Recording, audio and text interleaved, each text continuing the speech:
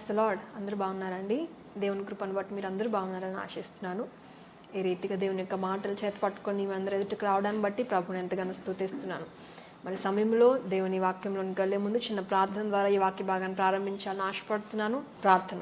మమ్మల్ని ఆత్మీకులుగా ప్రేమించిన మా ప్రియ పరలోకపు తండ్రి, నీ ఘనమైన నామానికి స్తోత్రములు నాయనా. ఈ మంచి సమయం కొరకై స్తుతిస్తున్నాం తండ్రి. ఏ యోగ్యత లేని మమ్మల్ని మీరు ప్రేమించారు తండ్రి, నీ బిడ్డలుగా మమ్మల్ని స్వీకరించారు దేవా. ఈ రీతిగా మమ్మల్ని నిలబెట్టుకున్నారు, అందుని బట్టి వందనాలు. మరి సమయం ముందు ప్రభా నీ వాక్యంను ధ్యానించుటకు నీ పాద సన్నిధికి మేము వచ్చి ఉండగా మమ్మల్ని దర్శించండి ప్రభా. మరి ముఖ్యంగా చెప్తున్నాను, మీరు బలపరచండి, నేను కాదు నా తన్ని బిడ్డలతో మీరు మాట్లాడండి దేవా. నీ ధైర్యముతో నన్ను నింపండి అయ్యా.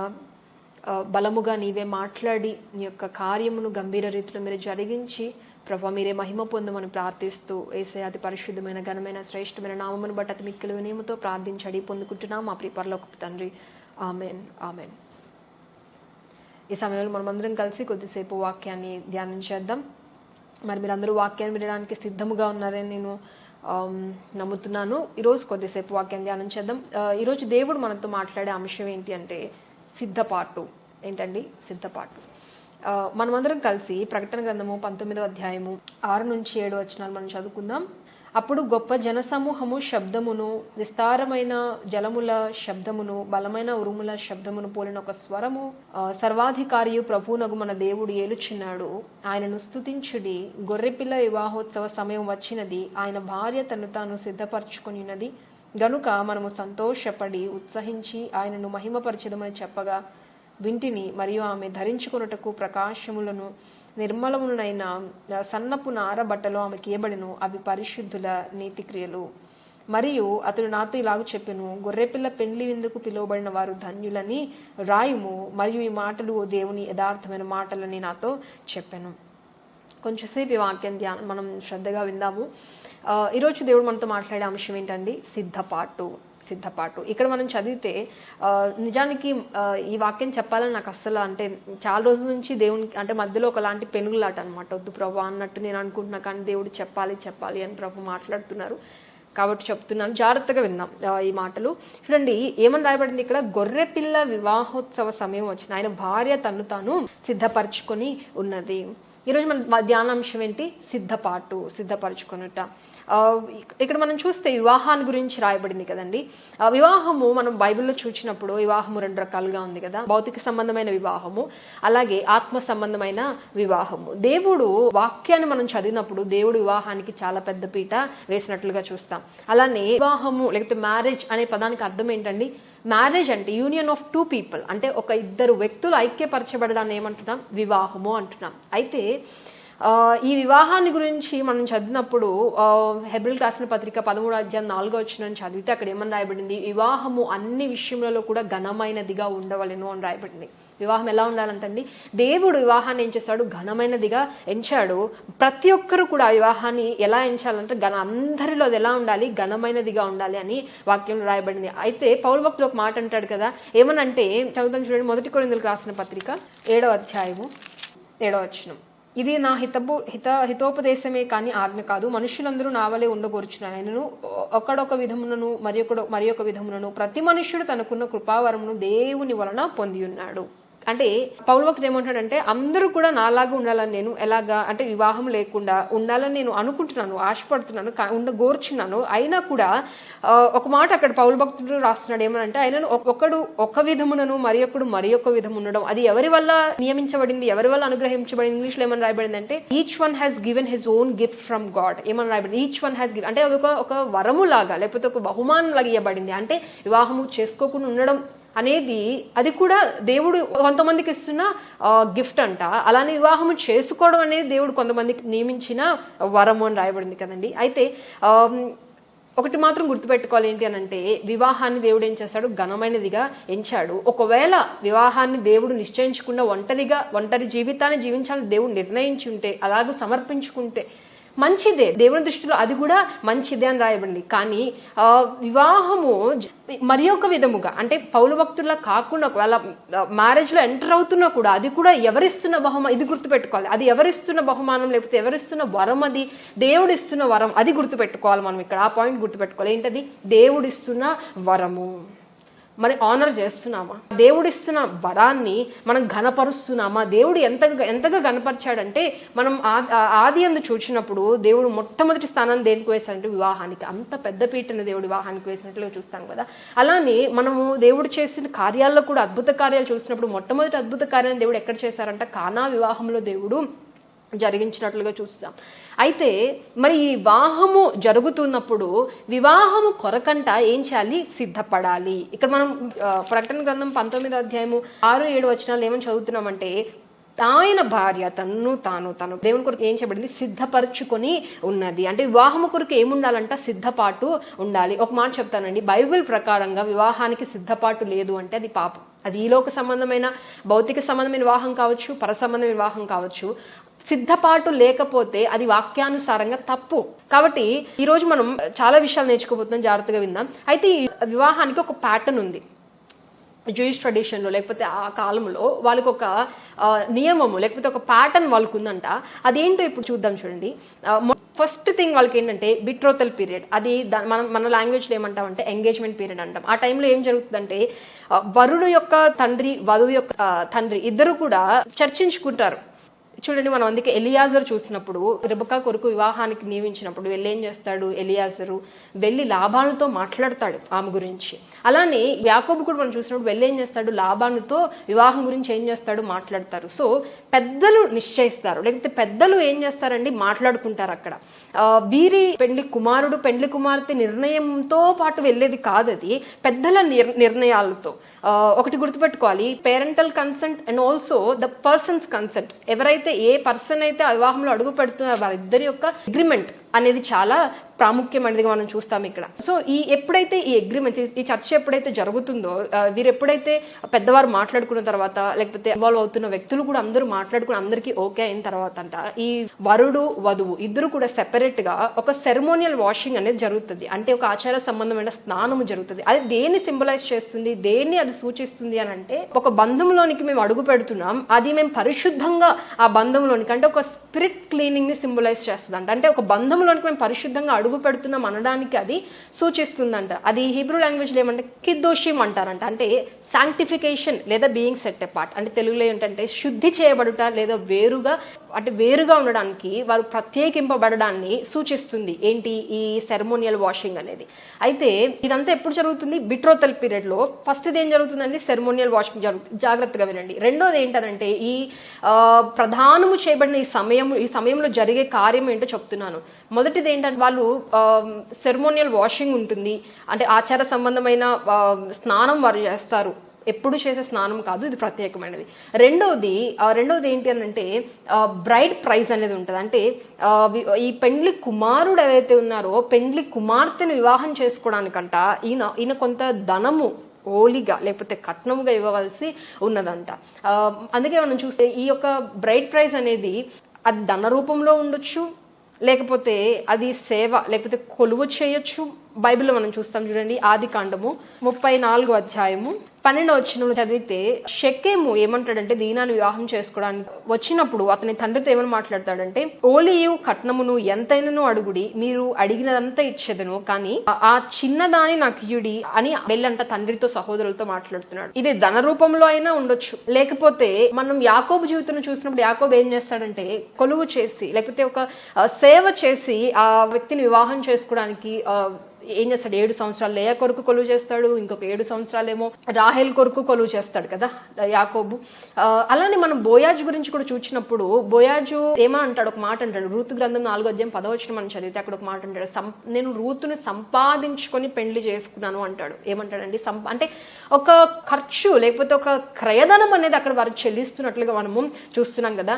మూడోది ఏం చేస్తారంటే బిట్రోతల్ పీరియడ్ లో జరిగే ఈ కార్యంలో మూడోది ఏం చేస్తారంటే ప్రమాణాలు వారు ఎక్స్చేంజ్ చేసుకుంటారు అనమాట. ప్రామిసెస్ ఒకరికొకరు ఏం చేస్తారంటే ఎక్స్చేంజ్ చేసుకుంటారు. నాలుగోది ఏం చేస్తారంటే ఒక కవెనెంట్ సైన్ చేస్తారు. పార్చ్మెంట్ మీద వారు ఏం చేస్తారంటే ఒక సైన్ చేస్తారన్నమాట. అంటే మేము వివాహంలోకి అడుగు పెడుతున్నాము, నేను ఇతనికి ప్రధానము లేకపోతే ఈమెకి నేను ప్రధానం చేయబడుతున్నాను అని చెప్పి యాక్సెప్టెన్స్ గా ఒక సిగ్నేచర్ అనేది వారు చేస్తారంట. అలానే దాని తర్వాత ఆ టైంలో వారు ఒక వేడుక వారు కలిగి ఉండి ఆ సమయంలో వారంట ద్రాక్ష రసాన్ని పానం చేసి ఫస్ట్ టైం జరుగుతుంది. ఇదంతా ఏ పీరియడ్లో జరుగుతుంది? బిట్రోతల్ పీరియడ్లో జరుగుతుంది. దీని తర్వాత అంటే ప్రధానము, బిట్రోతల్ పీరియడ్ అంటే ఏంటండి? ప్రధానము చేయబడుతున్న సమయం. దీని తర్వాత ఈ పెండ్లి కుమారుడు లేకపోతే వరుడు ఎవరైతే ఉన్నారో ఈ వరుడంట కొంతకాలము వేరేగా ఉండి అతని తండ్రి దగ్గర ఉండి ఈమె కొరకు, ఈ వధువు కొరకు, ఈ పెండ్లి చేసుకోబోయి ఈమె కొరకు అంట అక్కడికి వెళ్ళి ఈ వరుడు ఏం చేస్తాడంటే ఇంటిని సిద్ధపరుస్తాడంట. ఈమె కొరకు కావాల్సినవన్నీ వెళ్ళి అక్కడ సిద్ధపరుస్తాడంట. ఈ సమయం ఎంతైనా అయి ఉండొచ్చు. ఎంత పీరియడ్ అనేది మనం పర్టికులర్గా చెప్పలేం, కానీ అప్రాక్సిమేట్గా ఇది ఒక 1 year టైం పట్టొచ్చు అంట. సో ఈ 1 year టైం వాళ్ళు సెపరేట్గా ఉంటారు కాబట్టి అంట ఈ వరుడు ఏం చేస్తాడంటే వధువుకి ఒక ఉంగరాన్ని లేకపోతే ఒక గిఫ్ట్ని ఆమెకి ఇచ్చి నేను నీకోసం మళ్ళీ వస్తాను అని ఒక సైన్గా లేకపోతే ఒక గుర్తుగా ఆమెకి ఇచ్చి వెళ్ళిపోతాడంట. ఈ సమయంలో వరుడు ఎవరికి ఫెయిత్ఫుల్గా ఉండాలి? వధువుకి ఫెయిత్ఫుల్గా ఉండాలి. ఇప్పుడు అంటే నమ్మకంగా ఉండాలి. ఈ వధువు ఎవరికి నమ్మకంగా ఉండాలి? వరుడికి నమ్మకంగా ఉండాలి. ఎప్పుడు వస్తాడో తెలియదు, ఏ సమయంలో రాబోతాడో తెలియదు, ఈ విషయం అక్కడ ఏమీ తెలియదు. కానీ ఏం చేస్తుంది? ఏమే ఎదురు చూస్తూ ఉంది. ఎవరి కొరకు? వరుడు కొరకు. వరుడు యొక్క రాక కొరకు ఈమె ఏం చేస్తుందంటే ఎదురు చూస్తూ ఉంది. ఎదురు చూస్తూ ఈ సమయంలో వరుడు ఎప్పుడైతే మొత్తం సిద్ధపరిచాడో, వరుడు ఎప్పుడైతే అక్కడ ఆమె కొరకు అన్ని సిద్ధము చేసిన తర్వాత సమయం వచ్చినప్పుడు, ఈ వరుడు వస్తున్నాడు అని సమయం వచ్చినప్పుడు అంట 7 రోజులకి ముందుగానే వాళ్ళు ఏం చేస్తారంటే చెప్తారంట. ఏమని? వరుడు వస్తున్నాడు అని ఎవరొకరి ద్వారా వారు ఇన్ఫర్మేషన్ని పంపించినప్పుడు ఈ వధువు ఏం చేస్తుందంటే ఇప్పటిదాకా ఏం చేస్తుంది? ఈమె ఎదురు చూస్తూ ఉంది, ఎప్పుడు వస్తాడో తెలియదు. కాబట్టి ఈమె ఎలా ఉండాలంటే she has to be in a continual state of readiness. అంటే ఎప్పుడు వస్తాడో తెలియదు కాబట్టి ఎప్పుడు వచ్చినా కూడా నేను ఆయన్ని ఎదుర్కోగలను అనే సిద్ధపాటుతో ఈ వధువు ఉండాలి. ఎప్పుడైతే వరుడు వస్తాడో, వరుడు వచ్చినప్పుడు అప్పుడు వారి 7 దినాలంట వారు ఒక సెలబ్రేషన్ని పెట్టుకొని విందు చేసుకొని then the couple will consummate their marriage. అప్పుడు వారు ఏకము చేయబడతారంటండి. ఇప్పుడు మీకు అర్థమైందా? ఫస్ట్ ఏముంది? బిట్రోతల్ పీరియడ్ ఉంది. తర్వాత ఏముంది? ప్రిపరేటరీ పీరియడ్ ఉంది, లేకపోతే వెయిటింగ్ పీరియడ్ ఉంది. ఫైనల్గా ఏంటంట ఇంకా ఏకము చేయబడుతున్న సమయం, final step of the marriage. ఈ పీరియడ్ మనం చూస్తే ఇప్పుడు దేవుని వాక్యాన్ని ఒకసారి దీంతో మనం కంపేర్ చేసి చూసినప్పుడు చూడండి, మొట్టమొదటిగా వరుడు ఏం చేస్తున్నాడు? మొట్టమొదటిగా వధువుని వివాహము చేసుకుంటున్న ఈ సమయంలో మొట్టమొదటిగా ఏం జరుగుతుంది? ప్రధానము చేయబడుతున్నారు. ప్రధానం చేసుకుంటున్నప్పుడు ఏమని చెప్పానండి? ఫస్ట్ ఏం జరుగుతుంది? వారికి ఒక సెరమోనియల్ వాషింగ్ అనేది జరుగుతుంది. వారికి ఆచార సంబంధమైన స్నానం అనేది ఒకటి జరుగుతుంది. ఒక మాట చెప్పనా, ఈరోజు యేసుక్రీస్తు ప్రభువారు పరసంబంధమైన ఆనందాన్ని, ఆశీర్వాదాన్ని, లేకపోతే పరలోకంలో ఉన్న కంఫర్ట్స్ అన్నిటిని విడిచిపెట్టి ఎవరి కొరకు వచ్చారంటండి? ఈ లోకములో ఆయన మనల్ని ప్రేమించి, అందుకే వాక్యం ఏమని రాయబడింది? దేవుడి లోకమును ఎంతో ప్రేమించాడు అని రాయబడింది. మరి ప్రేమించిన లోకం కొరకు ఆయన ఏం చేశాడు? సమస్తాన్ని విడిచిపెట్టి లోకానికి వచ్చాడు. వచ్చిన తర్వాత చూడండి ఆయన ఏం చేసుకోవాలనుకున్నాడంట? మనల్ని వివాహము. ఈ వివాహంలో మొదటి అడుగు ఏమని నేర్చుకుంటున్నాం? బిట్రోతల్ పీరియడ్ అంటే ప్రధానము చేసుకుంటున్న సమయము. అందుకే మనం ఒకసారి హోషియా గ్రంథము 2వ అధ్యాయము 19వ వచనం, నీవు నిత్యము నాకు ఉండునట్లుగా నేను నీతిని బట్టి తీర్పు తీర్చటం వలనను దయాదాక్షిణ్యములు చూపుట వలనను నిన్ను ప్రధానము చేసుకొందును. నీవు యెహోవాను ఎరుగునట్లు నేను నమ్మకమును బట్టి నిన్ను ప్రధానము చేసుకొందును. దేవుడు స్వయంగా దేవుడేమని మాట్లాడుతున్నాడంటే నువ్వు నిత్యము నాకు ఉండునట్లుగా. దేవుడు ఏమంటున్నాడండి? నువ్వు నిత్యము నాకు ఉండునట్లుగా నేను ఏం చేస్తాను? ప్రధానము చేసుకుంటాను. ఈ లోకంలోనికి క్రీస్తు ప్రభువారు వచ్చిన తర్వాత క్రీస్తులో మనము ఆయన్ని అంగీకరించినప్పుడు ఆయన ఒక ఇన్విటేషన్ మనకి ఇస్తున్నాడు, లేకపోతే ఒక ప్రపోజల్ మన ముందు పెట్టాడు కదా. ఏమని? పాపములో కొట్టుమిట్టాడుతున్న మనకి క్రీస్తులో తండ్రి ఒక ప్రపోజల్ పెట్టాడు. ఏమనంటే ఎవరైతే క్రీస్తు ప్రభువారిని అంగీకరిస్తారో, ఎవరైతే క్రీస్తు ప్రభువారిని అంగీకరించి ఆయన్ను సొంత రక్షకునిగా అంగీకరిస్తారో వారందరికీ దేవుడు ఏమంటున్నాడని నిత్య జీవాన్ని, నిత్య రాజ్యాన్ని ఇస్తాను అని చెప్పి ఆయన ఏం చేస్తాడు? వాగ్దానం చేశాడు కదా. ఇప్పుడు ప్రపోజల్ దేవుడు పెట్టాడు, సరే మనం యాక్సెప్ట్ చేస్తున్నామా? మనం ఎందరైతే యాక్సెప్ట్ చేస్తారో, అందుకే ఇందాక ఒక మాట చెప్పాను కదా, ఇద్దరు అంటే ఈ వివాహంలో అడుగు పెడుతున్న ఇద్దరి కన్సెంట్ ఇంపార్టెంట్. వరుడు ఇష్టపడాలి, వధువు కూడా ఇష్టపడాలి, తల్లిదండ్రుల యొక్క సమక్షంలో జరగాలి అని కదా మనం నేర్చుకున్నాం. మరి ఇప్పుడు యేసుక్రీస్తు ప్రభువారి లోకంలోకి వచ్చి ఆయన మనకి తను ఇన్విటేషన్ కార్డు ఇస్తుంది, లేకపోతే ఒక ప్రపోజల్ మన ఎదుట పెట్టినప్పుడు ఆయన అంట నువ్వు చేస్తావా అని, నువ్వు ఇది యాక్సెప్ట్ చేస్తావా లేదా అని ఆయన మనకి బలవంతం చేయడంత కానీ మన ఇష్టానికి ఆయన విడిచిపెట్టాడు. ఈరోజు అందుకే కదా వాక్యం ఏమని రాయబడింది, ఆయన తలుపు నొద్ద నిలిచిండి తట్టుచున్నాడు. ఎవరైనా ఆయన యొక్క స్వరాన్ని వింటే ఆయన అంట లోపలికి మనతో వచ్చి అంటే మనతో పాటుగా భుజిస్తాడని, మనతో సహవాసం ఆయన కలిగి ఉంటాడు. మొట్టమొదటిది గుర్తుపెట్టుకోవాలి, అది నీ సొంత చిత్తం మీద ఆధారపడి ఉంది, నీ సొంత చిత్తం మీద ఆధారపడింది. ఇప్పుడు ఎవరైతే క్రీస్తు ప్రభువాన్ని అంగీకరించిన తర్వాత ఏం జరుగుతుందండి, మనం బాప్తిజం తీసుకుంటాం కదా. ఈ సెరమోనియల్ వాషింగ్ అనేది దేన్ని సింబలైజ్ చేస్తుందంటే బాప్తిజాన్ని సింబలైజ్ చేస్తుంది. అందుకే చూడండి, యేసుక్రీస్తు ప్రభువారు కూడా లోకంలోనికి వచ్చినప్పుడు ఆయన ఏం చేస్తాడు, మన దగ్గర ఒక మాదిరిని ఆయన ఉంచి వెళ్ళారు. 3వ అధ్యాయం, మనం మత్తయి సువార్త 3వ అధ్యాయం 15వ వచనం చదివితే, ఇప్పటికి కాని నీతి యావత్తు ఇలాగూ నెరవేర్చుటకు మనకు తగి ఉన్నది అని అతనికి ఉత్తరం ఇచ్చాను కనుక అతడు అలా కానిచ్చాను. యేసుక్రీస్తు ప్రభువారు ఏం చేస్తున్నారు, నీతి నిమిత్తముగా ఆయన ఏం చేస్తున్నారు, బాప్తిజంలోనికి బాప్తిజం తీసుకుంటున్నారు యేసుక్రీస్తు ప్రభు. ఈరోజు క్రీస్తులోనికి అడుగు పెడుతున్న మనమందరం ఏం చేయాలి, ఆ తండ్రి కుమార పరిశుద్ధాత్మ నామంలో మనం కూడా దేనిలో సాక్ష్యం ఇవ్వాలి, బాప్తిజంలో సాక్ష్యం ఇవ్వాలి. కొంతమంది అనుకుంటారు కదా, నేను రక్షణ పొందాను, బాప్తిజం తీసుకొని అవసరం లేదు. ఎందుకనంటే ఆ రోజు దొంగ కూడా బాప్తిజం లేకుండానే పరలోకం వెళ్ళిపోయాడు కదా అని కొంతమంది ఆలస్యం చేస్తూ ఉంటారు. బాప్తిజం తీసుకోకుండా వాక్యము నియమము కంటే కూడా వారి సొంత ధోరణిలోనికి వెళ్ళడానికి ప్రయత్నిస్తారు. కానీ ఒక మాట చెప్పనా అండి, దొంగకి సమయం ఉందా? రక్షింపబడిన తర్వాత దొంగ మారుమనసు పొందడానికి సమయం కానీ అవకాశం కానీ ఉందా అంటే లేదు. కానీ ఈరోజు ఈ వాక్యం ఇచ్చిన ఎవరైనా మీరు గుర్తుంచుకోండి, మీకు సమయం ఉంది, మీకు అవకాశము కూడా ఉంది. కానీ దేవుడు అంటున్నాడు అవకాశాన్ని కోల్పోవద్దు. బాప్తిజంలో సాక్ష్యము ఇవ్వడం అనేది చాలా ప్రాముఖ్యమైనది. అందుకే చూడండి, యేసుక్రీస్తు ప్రభువారు మన కొరకు ఏం చేశారంటే తను తాను అప్పగించుకొని, మనం రోమపత్రిక 6వ అధ్యాయము 4వ వచనం చదువుదాం. కాబట్టి తండ్రి మహిమ వలన క్రీస్తు మృతులలో నుండి ఎలాగూ లేపబడినో అలాగూ మనమును నూతన జీవం పొందిన వారిని నడుచుకున్నట్లు మనము బాప్తిస్వం వలన మరణములో పాలు పొందుటకై ఆయనతో కూడా పాతి పెట్టబడింది. బాప్తిసం తీసుకుంటున్నప్పుడు మనం ఒక తీర్మానాన్ని, లేకపోతే దేవుని ఎదుట మనం తీసుకుంటున్నాం, దేవునితో ఒక ప్రమాణాన్ని చేస్తున్నాం. ఏమంటే, ప్రభా నేను ఈ ఏం సింబలైజ్ చేస్తుంది, బాప్తిజంలో మనం అడుగు పెడుతున్నప్పుడు మనల్ని ముంచుతున్నప్పుడు అదేం సింబలైజ్ చేస్తుంది, ఏం చూపిస్తుంది అది అని అంటే, మనం పాత జీవితం ఏమైంది, సమాధి చేయబడింది. ప్రభు ఏమంటున్నాడు, నేను అందుకే అద్భుతమైన మాట ఏంటో తెలుసా అండి, యేసుక్రీస్తు ప్రభు దేవుడు ఒక మాట అంటారు, ఏమనంటే ఒక నూతనమైన నిబంధనను నేను మీతో చేస్తున్నాను, క్రొత్త నిబంధన మీతో చేస్తున్నాను. ఏంటా నిబంధన అంటే, మునుపటి పాపములను నేను ఇక జ్ఞాపకం చేసుకోను అంటున్నాడు. ఏమంటున్నాడండి, హెబ్రీయులకు రాసిన పత్రికలో మనం చదువుతాం ఆ మాట. చూడండి, హెబ్రీయులకు రాసిన పత్రిక 8వ అధ్యాయం 8వ వచనంలో అక్కడ ఏమని రాయబడింది, నేను క్రొత్త నిబంధన చేయుదును అంటున్నాడు కదా. 10వ వచనం చూడండి, ఆ దినములు అయిన తర్వాత ఇశ్రాయేలు ఇంటి వాళ్ళు నేను చేయబోవు నిబంధన ఏదనగా వారి మనస్సులో నా ధర్మ విధులను ఉంచెదను, వారి హృదయముల మీద వాటిని రాయుదును, నేను వారికి దేవుడునైందును, వారు నాకు ప్రజలైందురు.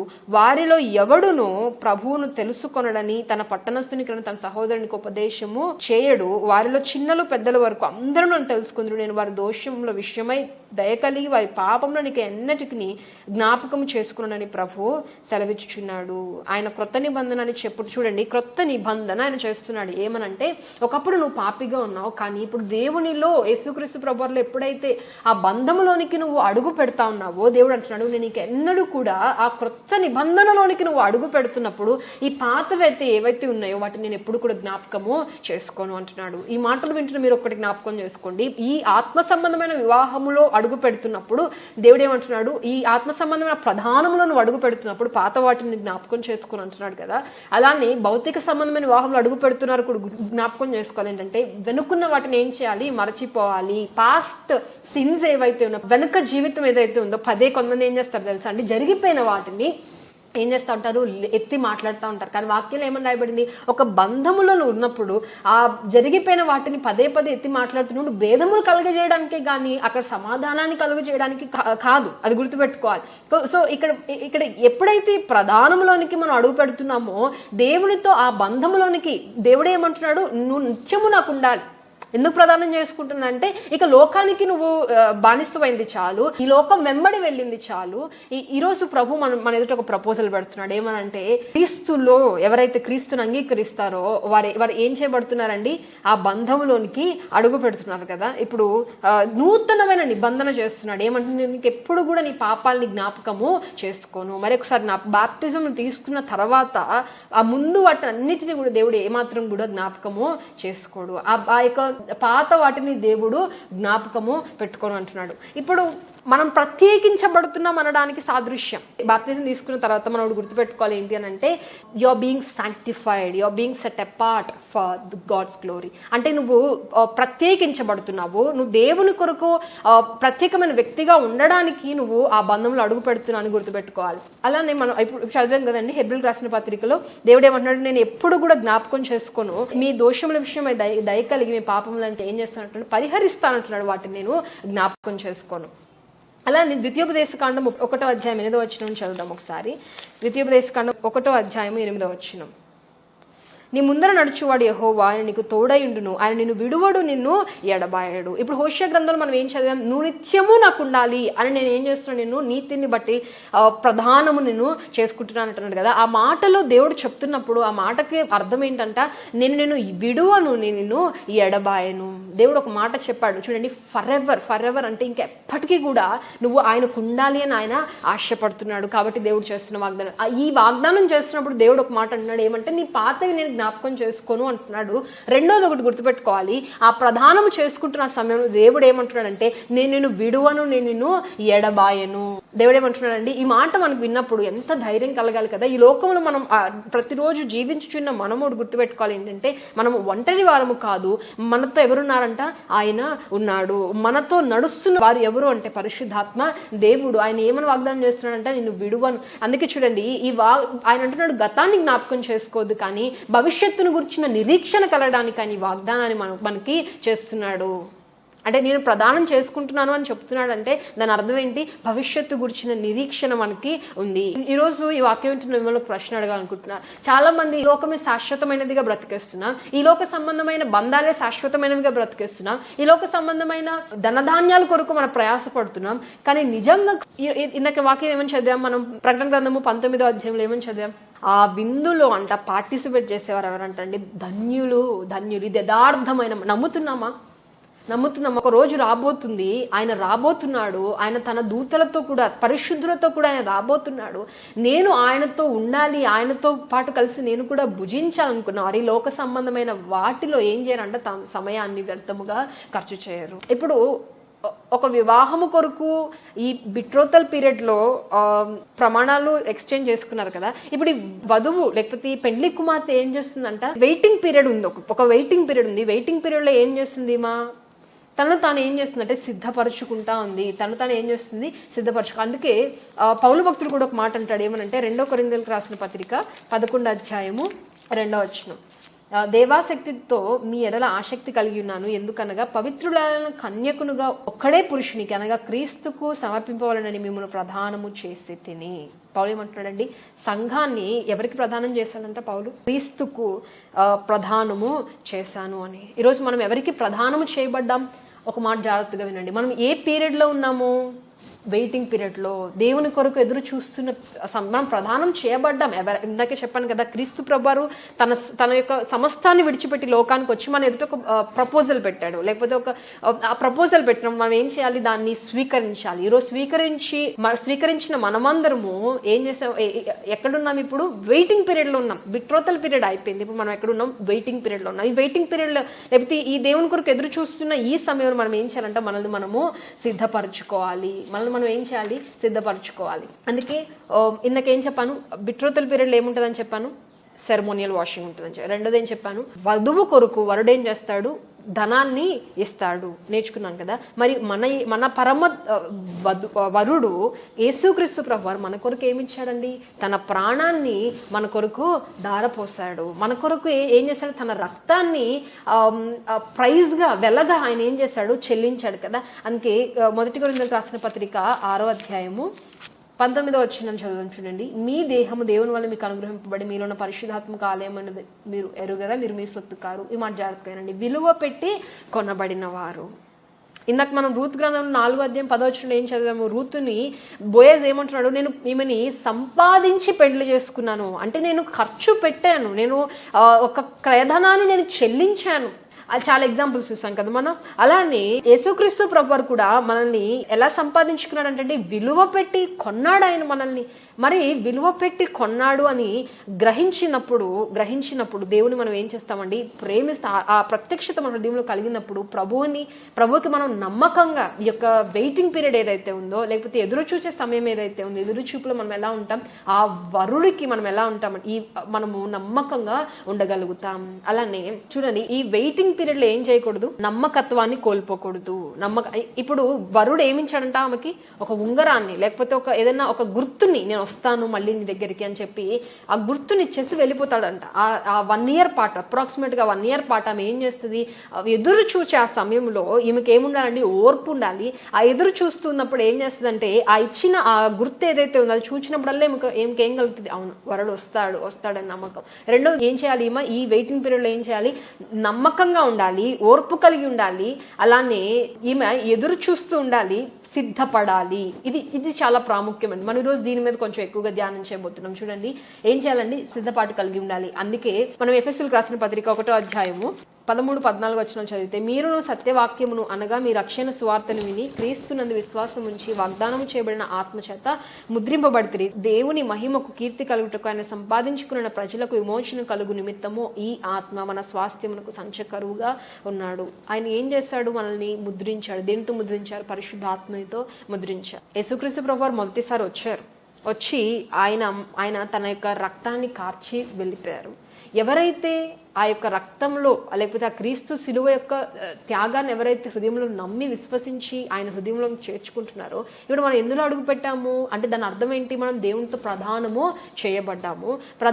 చేయబడిన మనం గుర్తుపెట్టుకోవాలి. ఇప్పుడు ఎక్కడున్నామంటే మనం దేవుని కొరకు ఎదురు చూస్తున్న సమయంలో ఉన్నాము. దేవుని రాక కొరకు ఆయన ఏమన్నాడండి, రెండవసారి నేను వస్తాను అని ఆయన చెప్పాడు కదా. ఈ రెండవ రాక కొరకు మనం ఏం చేస్తున్నాం, ఎదురు చూస్తా ఉన్నాం. ఈ ఎదురు చూపులో మనకి ఏముండాలంట, నమ్మకత్వము ఉండాలి. ఎందుకనంటే ఈ బిట్రోతల్ పీరియడ్ తర్వాత వీరు ఎలా కన్సిడర్ అవుతారు, హస్బెండ్ అండ్ వైఫ్ గానే కన్సిడర్ చేయబడతారు. కానీ ఒకవేళ గనక ఈ వెయిటింగ్ పీరియడ్ లో, ఈ ఎదురు చూస్తున్న సమయంలో గనక ఎవరైతే అపనమ్మకంగా ఉంటారో వారిని రాళ్లతో కొట్టి చంపేస్తారు. అందుకే కదా యోసేపు ఏమంటాడు, ప్రధానము చేయబడిన తర్వాత ఆమె గర్భవతి అని తెలుసుకొని ఏమనుకున్నాడంట, ఎవ్వరికి తెలియకుండా వదిలేయాలి అనుకున్నాడంట. ఒకటి గుర్తుపెట్టుకోండి, ఒకవేళ ఆ పీరియడ్ లో కనుక ఏదైనా తప్పు చేస్తే వారు ఏం చేయబడతారు, మరణ శిక్షకు అప్పగించబడతారు. ఈరోజు మనం ఏ పీరియడ్ లో ఉన్నాం, ఏ స్థానంలో ఉన్నామంటే మనం ఎదురు చూస్తున్న సమయంలో ఉన్నాము ఆయన రాక కొరకు, ఆయన రెండవ రాక కొరకు. ఒక మాట అడగనండి, ఎంతమంది దేవుడు రెండవ రాక అతి సమీపముగా ఉందని ఎంతమంది విశ్వసిస్తూ ఉన్నారు?